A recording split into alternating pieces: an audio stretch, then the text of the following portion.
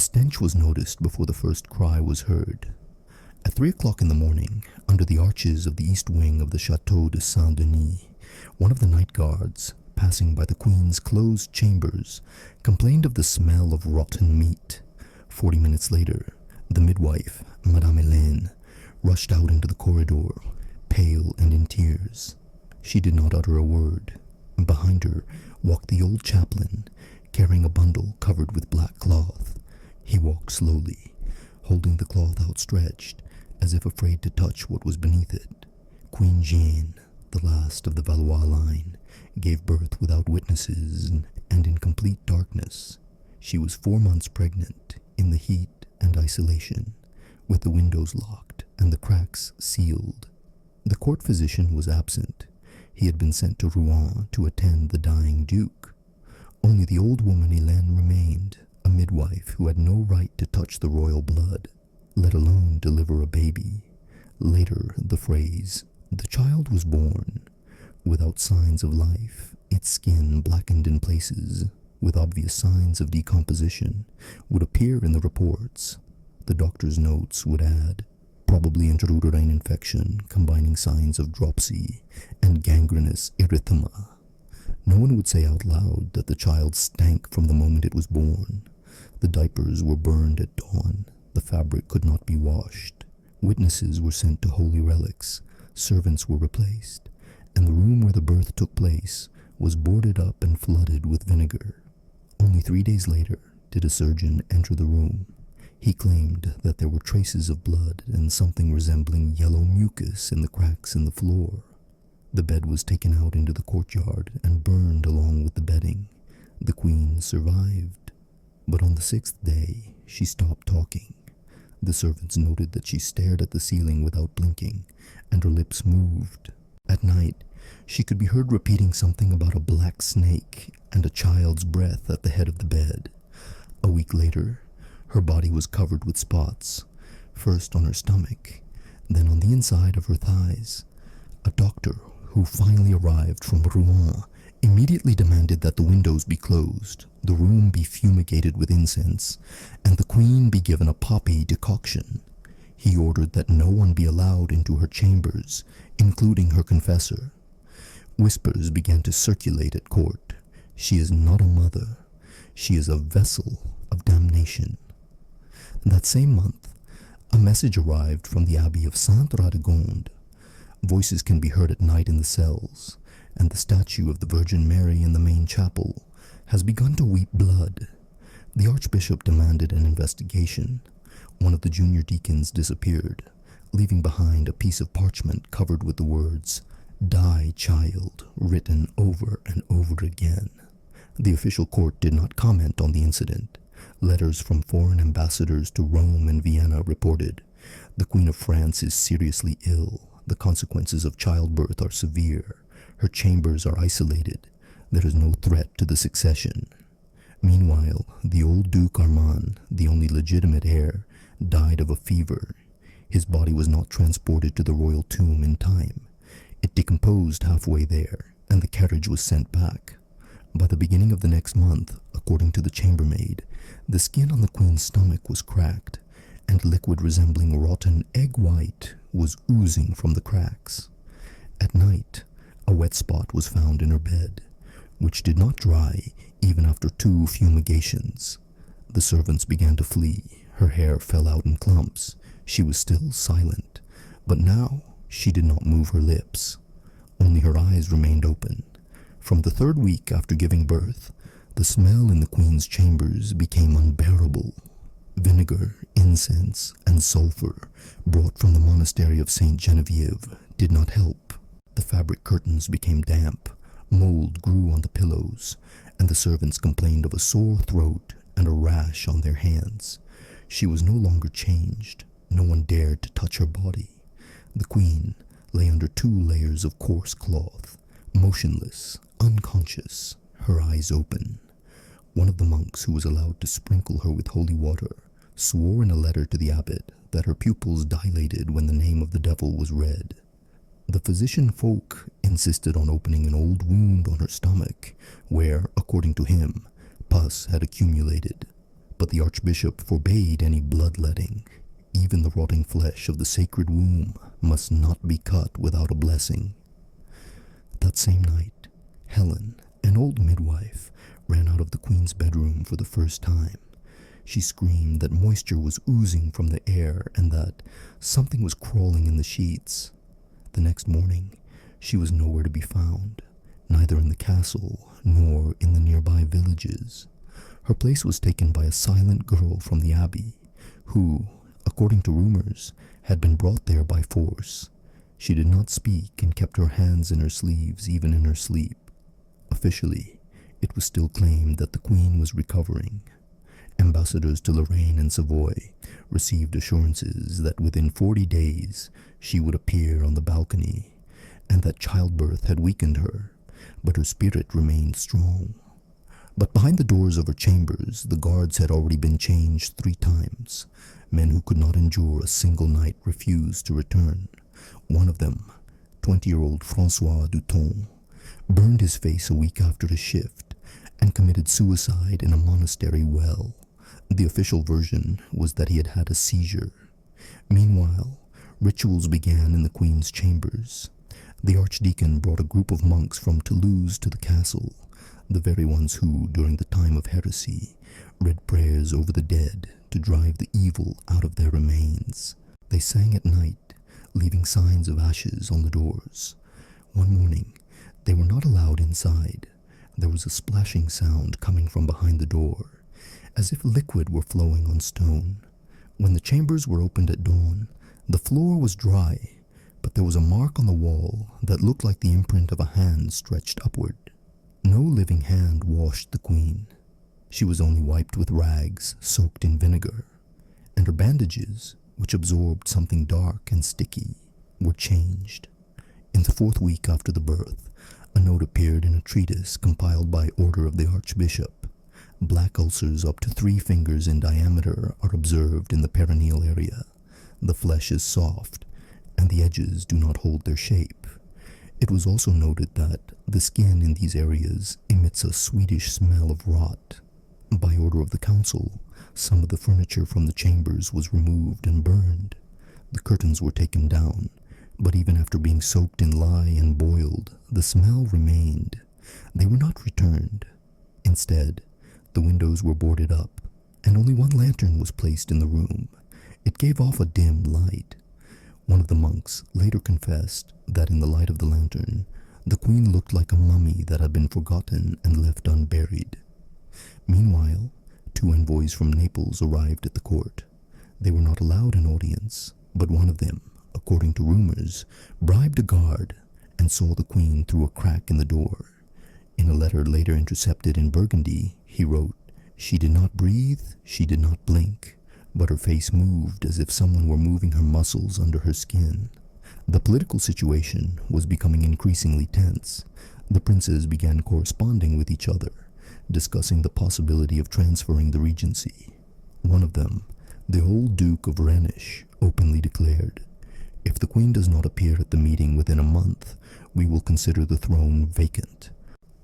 The Archbishop immediately accused him of blasphemy, but letters from Lyon and Angers confirmed there is panic at court, and things are happening in the Queen's chambers that are beyond description. In the 6th week, the smell reached the inner courtyard. Horses refused to approach the east wing. Dogs howled at night. People began to leave. The cook submitted his resignation. The senior guard feigned illness, and 3 servants disappeared. No one looked for them. During the same period, a secret ceremony was held in the palace. Communion with a death mask. A cloth with the image of John the Baptist was hung over the Queen's bed, and for 3 nights prayers were read for the resurrection of the flesh. On the 4th night, the cloth fell. The chambermaid claimed that at that moment the Queen screamed, but no one else heard her. The next day, all of the Queen's teeth fell out. They lay on the pillow as if they had been laid out by hand. The doctor ordered the Queen's chambers to be sealed again, not for her safety, but so that no one could see what was happening. By the 8th week after giving birth, the Queen was no longer referred to by name. In their reports, courtiers wrote, "She," the one who lies, the deceased who breathes. Official orders used the phrase, "in the name of the throne," while its bearer remains in suffering. Access to the east wing of the castle was completely blocked. The monks did not go in there. They only left bags of vinegar, bandages, and cleaned knives at the door. One of the monks claimed that once a knife returned to the bag covered with hair and blood, although no one had entered the room. Meanwhile, the queen's body began to disintegrate. At his own risk, the physician Fuchs wrote a report stating that the body shows signs not only of decay, but of internal decomposition with living tissue activity. In another fragment, he described, on the right thigh, a piece of flesh broke off along with the skin, and underneath it were visible white growths, writhing like worms, but without form or heads. His letter was burned by order of the Archbishop. However, several copies remained with the Chancellor, and one of them was later found in the Beauvais archives in the case file on the cursed births. Rumors spread throughout the capital.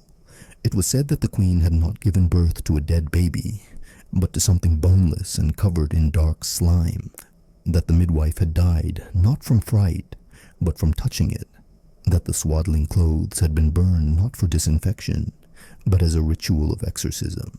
Several herb merchants claimed that palace servants had come to them looking for wormwood, dried toad skin, and black stone.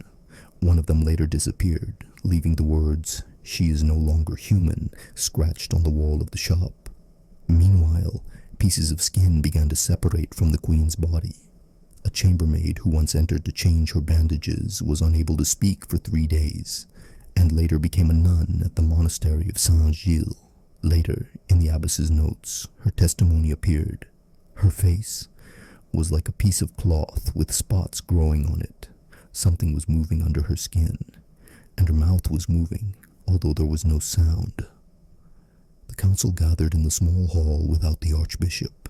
For the first time in 200 years, the question of early recognition of the monarch's death in the absence of an official act was considered. The old Duke of Anjou insisted on the wording, "The flesh has lost its human form."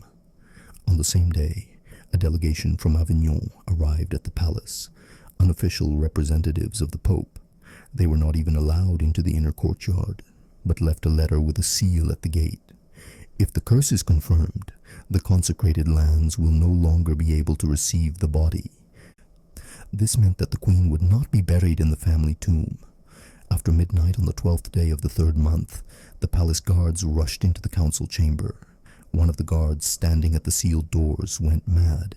He tore at his hair and shouted that he could hear the walls breathing. Another, Pierre Lenoir, drew his sword and tried to strike the locked door of the chambers, claiming that someone was walking inside. A dark stain, like greasy wax or blood, was later found on the wall where he stood. The next morning, they finally entered the bedroom. 4 men wrapped in scarves and robes held censers and a lantern. The queen's body lay in the same position, but the mattress beneath her had collapsed as if it had dissolved. The sheets were stuck to her skin. Her left thigh was exposed, with a gaping hole around it, surrounded by dark cracks like tree bark. The clothes she was wearing were wet, and no one knew why. A diaper lay in the corner of the room. No one knew where it had come from. Everything that had belonged to the child had been destroyed on the first day. It was covered in dried mucus and blood. The monk who approached first began to read a prayer, but did not finish. His eyes rolled back, and he collapsed to the floor. He was taken away and did not speak again. The others remained silent. 2 hours later, a decision was made. It was impossible to remove the body. A wooden chamber had to be built right inside the room.